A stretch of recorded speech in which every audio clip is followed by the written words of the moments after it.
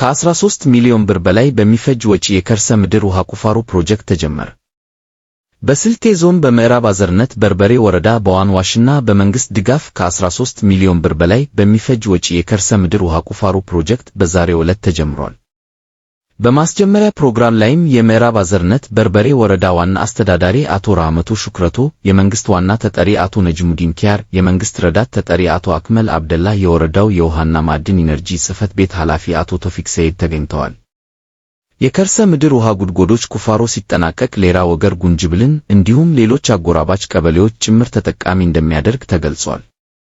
የንጹህ መጠጥ ውሃ አቅርቦት ችግርን ለመፍታት ታስቦ የተጀመረው በወገር ቀበሌ ወርቻ ጎጥ ላይ የተጀመረው የከርሰ ምድር ውሃ ቁፋሮ ፕሮጀክት ከ13 ሚሊዮን ብር በላይ በሚፈጅ ወጪ መጀመሩን ነው የተመላከተው።